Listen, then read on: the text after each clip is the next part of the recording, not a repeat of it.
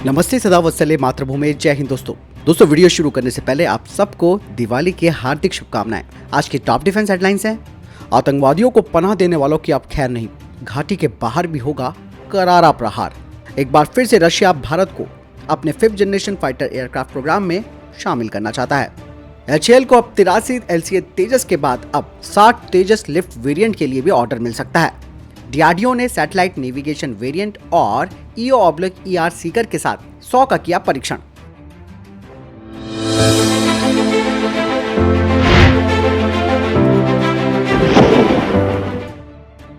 कश्मीर में आतंकियों से लड़ने के लिए बनाए गए टेरर मॉनिटरिंग ग्रुप में शामिल एजेंसियां घाटी तक सीमित नहीं रहेंगी और घाटी से बाहर भी आतंकवादियों से जुड़े मामलों पर कार्रवाई हो पाएगी। इस कड़ी में पंजाब पर फोकस किया जा रहा है, क्योंकि जम्मू कश्मीर में पंजाब के जरिए हथियारों की खेप, गिफ्ट के माध्यम से पैसा भेजने के कई मामले सामने आए हैं। बता दें कि आतंकवाद की सभी कड़ियों को जोड़कर एक प्रभावी कार्रवाई करने के लिए टेरर मॉनिटरिंग ग्रुप को बनाया गया था। इसीलिए उनका दायरा आवश्यकता के मुताबिक बढ़ाया जाएगा, जिससे इस तरीके के मामलों की जांच और दोषियों तक पहुंचने में आसानी होगी।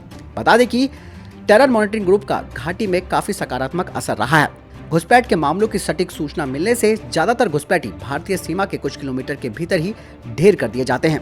बता दें कि एजेंसियां आतंकवाद के नए नए तरीकों पर भी नजर बनाए हुए, जिससे कि आतंकी गुटों को पनपने से रोका जा सकेगा।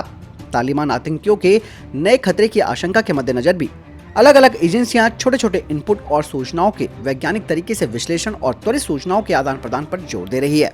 यानी कि अब भारत सीधा जड़ पर कर रहा है प्रहार, और इसके कई सकारात्मक पहलू भी सामने आए और इसीलिए दायरा बढ़ाए जाने की बात की जा रही है और घाटी से बाहर भी आतंकियों को छोड़ा नहीं जाएगा।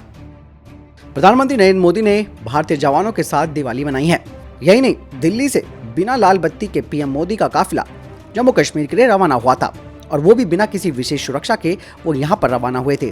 पीएम मोदी की गाड़ी ट्रैफिक सिग्नल पर भी रुकी थी। प्रधानमंत्री जी ने फॉरवर्ड पोस्ट का भी दौरा किया। उन्होंने कहा कि आज मैं फिर आपके बीच आया हूँ, आज फिर मैं आपसे नई ऊर्जा, नई उमंग, नया विश्वास लेकर जाऊंगा। मैं अकेला नहीं हूँ, 130 करोड़ देशवासी आपके साथ खड़े हैं। उन्होंने कहा कि सर्जिकल स्ट्राइक में यहाँ की ब्रिगेड ने जो भूमिका निभाई थी, वो देश के हर नागरिक को गर्व से भर देता है। यही नहीं, प्रधानमंत्री नरेंद्र मोदी ने नौशेरा सेक्टर पहुंचकर वहां के जवानों के साथ मुलाकात की।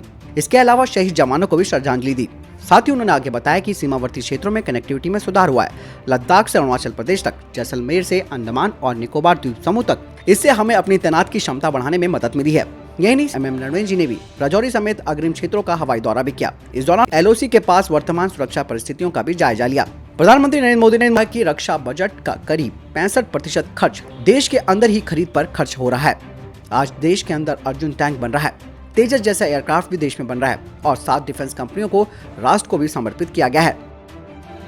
Director of Russian federation for military technology corporation ने कहा कि भारत ने भले ही 5th जनरेशन के फाइटर प्रोग्राम FDFA से हाथ पीछे खींचे हुए हैं, जो कि Su-57 के लिए था, लेकिन ऐसा नहीं है। भारत के साथ इस मुद्दे पर बातचीत पूरी तरह से खत्म नहीं हुई है।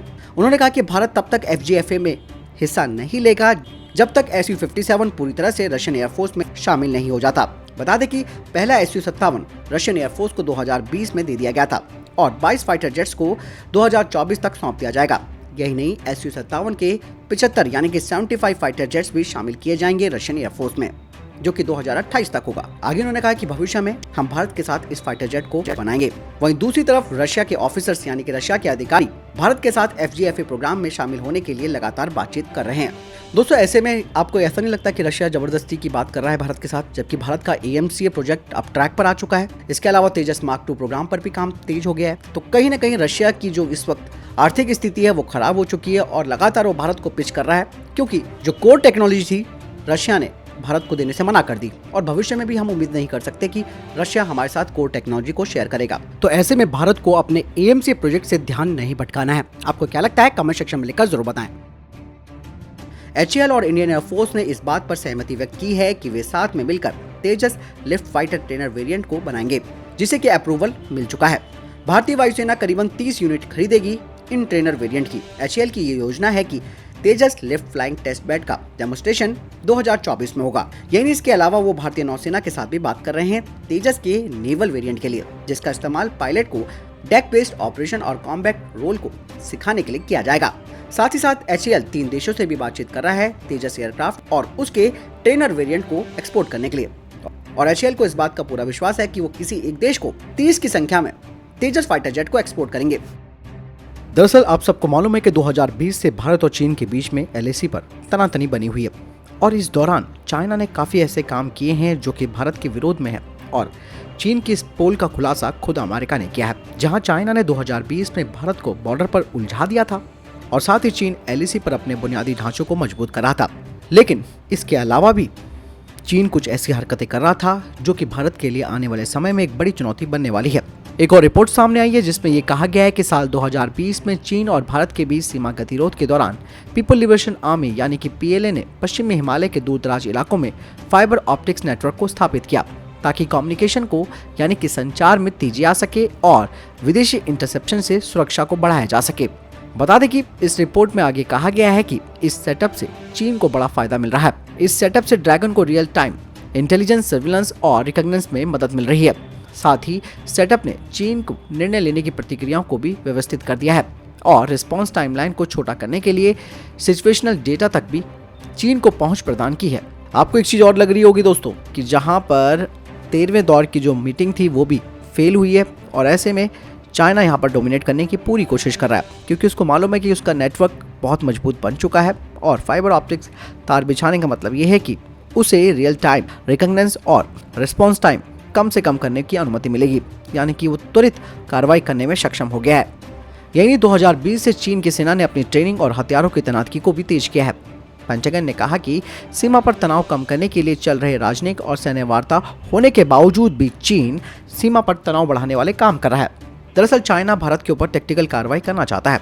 साथ ही ये भी कहा जा रहा है अमेरिका की तरफ से कि चीन अपने पड़ोसी विशेष रूप से भारत के साथ आक्रामक और बलपूर्वक व्यवहार भी कर रहा है, यानी कि चाइना अपने नेटवर्क को और ज्यादा मजबूत कर चुका है सीमा पर। लेकिन उसको ये चीज भी मालूम होनी चाहिए कि सामने भारत खड़ा है। भारत ने भी लगातार कनेक्टिविटी को फोकस करते हुए कई तरीके की सड़कें, पुल और यहाँ तक कि टनल तक का भी निर्माण कर दिया है जो कि आज से पहले कभी नहीं हुआ था। ऐसे में भारत की पहुंच भी बहुत ही आसानी से LAC पर है। इसके अलावा भारत 24 घंटे सीमा पर निगरानी के लिए अत्याधुनिक उपकरणों का इस्तेमाल कर रहा है जिनमें इजराइल निर्मित हेरॉन ड्रोन्स भी हैं। दोस्तों कल DRDO और इंडियन एयरफोर्स ने एक बार फिर स्मॉल एंटी एयरफील्ड वेपन का सफलतापूर्वक परीक्षण किया। हालांकि तब तक मैं डिफेंस अपडेट बना चुका था जब तक ये खबर हमारे पास आई थी, लेकिन 100 को लेकर जो अपडेट आया है वो भी आपको जानना जरूरी है।